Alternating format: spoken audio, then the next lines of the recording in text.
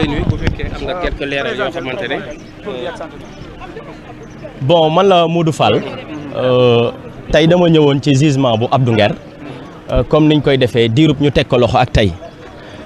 parce que jàpp nañu loolu moo ñu war dañu jot information bu tas fépp ci ne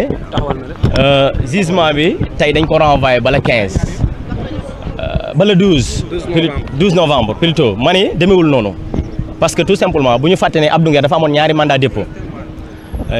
dépôt yëpp instruction la amaat beneen plainte bu ko fekk ci biir kaso bi boo xam ne ab jàngalekat moo ko plainte jàpp ni daf ko wax loo xam ni jàpp na ni bokkul ak li mu bëgg a dégg wala daf ko teg tuuma boo xam ne jàpp na ni gënalu ko dossier boobu jàngalekat bi ñu waroon koo àtte digganteem ak Abdou Nguer moom la ñu renvoyé tey muy ñaari dossiers yoo xamante ne si dañ ko cumuler muy ñaari mandat dépôt yi nga xamante ne si moom la nekkoon instruction ak dossier jàngalekat bi muy ñaari dossier ñaari yee dañ koy cumuler ñaari ñu cumuler nag dañ koy àtte tey benn bi nga xamante ne si mooy dossier jàngalekat bi moo waroon dokk ñaareelu jugement bi ci moom boobu la ñu renvoyé ba le 12 kon ñi joxe information bi ci ne dañoo renvoyé jugement bi mooy wax ne information vraie bi nga xam ne moom la ñu jëlee ci ay avocat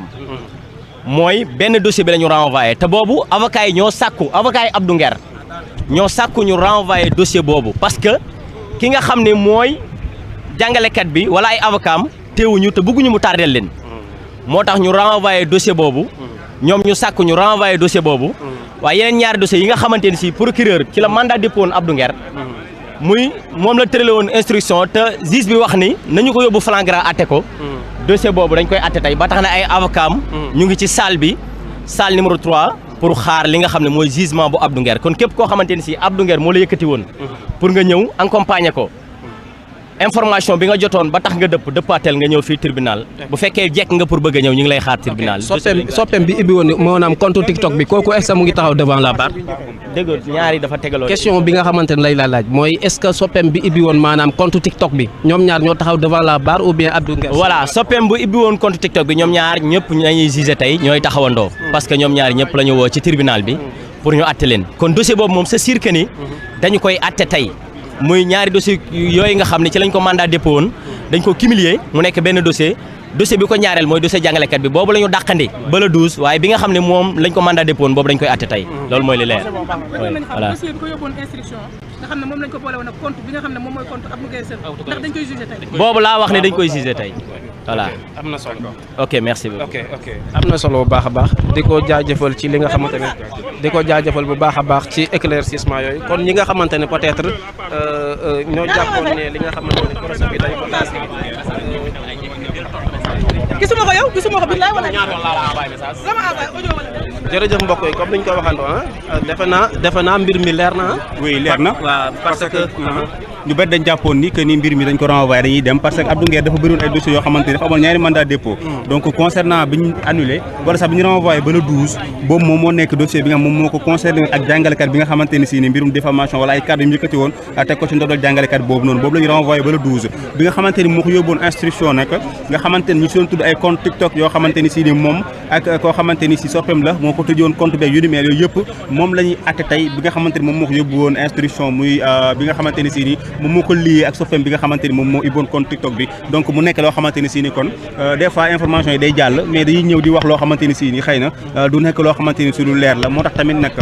ñu war a mën a defaat vigilance bu baax a baax xool les personnes yi nga xamante ni ñoom lañu war a dénk micro ñu leen dénk micro aussi ñu ko bañ dénk n'importe qui parce que éclaircissement yi am na solo ñu bari jàppoon nañ ni li nga xamante ni moom moo di dossier bi renvoyé nañ ko bële 12 alors que tel n'est pas le cas ñaar ñoo ko fi andi woon tey. ok mu mel ni daa am ñu généraliser ñoo xamante ne dañ foo ne ñaari procès yi lañ envoyé mais est-ce que loolu nekkul ne pour Abdou Nguer mën a nekk à l'aise ci tontu benn li nga xamante mooy benn audition yi parce que ñaari dossiers ci benn nit tamit mën na am pression yoo xam ne du il ne sera pas à l'aise pour répondre à toutes les questions dans les deux procès quoi. waaw pour am bul fois rek mën nañ jot ni loolu la pour mën a jàpp ni tamit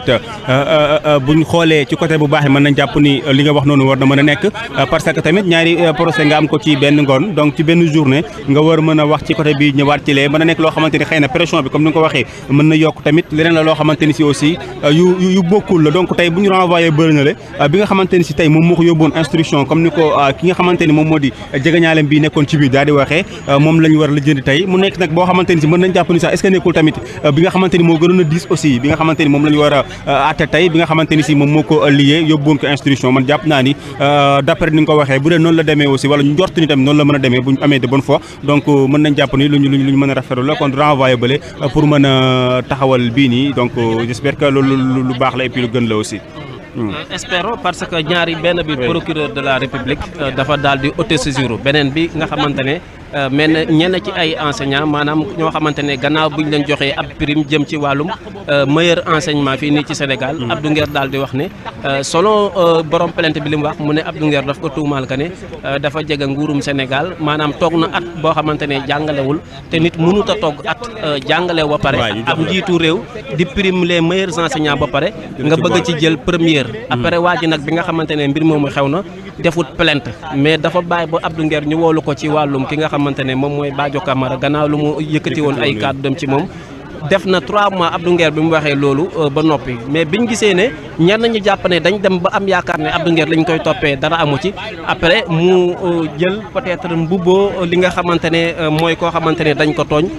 pour jàpp ne maanaam dañ ko war a woolu devant la justice bokk na ci li koy setal nag mooy bu borom compte ba affirmé que ne mosut a xam Abdou Nguer wala moom amul link ak Abdou Nguer mosuñu dégganteex téléphone mosul dikk dem ci këram Abdou Nguer tamit mosut a dikk dem ci këram kon moom nag na daas bi nga xamante ne wala ki nga xam ne mooy ministre Assome Diatta na mu def ba setal ki nga xamante ne moom mooy Mansour Faye c'est le même contexte peut-être mun nañ xaar tey gëm naa ne du changer ay version moom borom TikTok bi nga xamante ne nekkoon soppe ci Abdou Nguer dëkk foofu ca diwaanu Thiès am nañ yaakaar bu dul jeex que ne moom ci wàllu boppam bu setalee Abdou Nguer rek dootul des ci diwaanu kaso bi parce que jàpp naa ne dossier bi gën a diis buñ ko si relaxé ki nga xamante ne moom mooy Abdou Nguer dañuy am yaakaar que ne li ci des moom plainte bi sax mun nañ ko percevoir de lu sedd la parce que tey bu Abdou Nguer demoon boo xam ne maanaam enseignant boobu moo koy téye ci kaso bi am naa yaqin ne am naa yaakaar ne am naa l'espoir ak passion que ne dina génn ci diwaanu kaso bi parce que kat ñaari plainte bii di procureur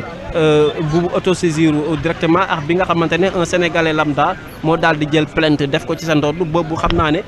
neex naa comprendre waaye tamit parce que tamit bu desoon ba mu des ci kaso bi tamit gëm naa ne Abdou Nguer amul rëyu pour baalu parce que tey ki nga xamante ne daf la porter plainte ñu ñaan ko mu bañ ñaanaat ko mu bañ mu ne da nga yàq image am da nga laal dignité am kooku tamit Abdou Nguer dafa am li nga xamante ne moom mooy avenir futur boo xamante ne moom dafa war a wax ngir askan bi gën a teg ay kàddoom fa mu ko daan teg parce que am na ñu mu yee donte nag ñun ñu sax xam nañ ne des fois mu drapé mais loolu la ñuy tuddee les aléas du métier nit mënta ñàkk am li ngay xamante ne mooy fakastalum lamiñ parce que képp ku wax rek ñu xam fa nga féete waaye képp ku wax tamit gannaaw bu ñu xamee fa nga féete nguur baaxoo na maanaam bu gisee ne maanaam peut-être dangerosité ngay jur ci moom mu utal la ay pexe mais li si gën di am ne daal ndax da nga ko renvoyé am déet am nañ yaqin ne incha allahu rabbi Abdou Nguer ci boppam bu génnee ci audition bi le ñun dinañ xam ndax dañu koy renvoyer am déet mais gëm naa ne bii nii dossier bi selon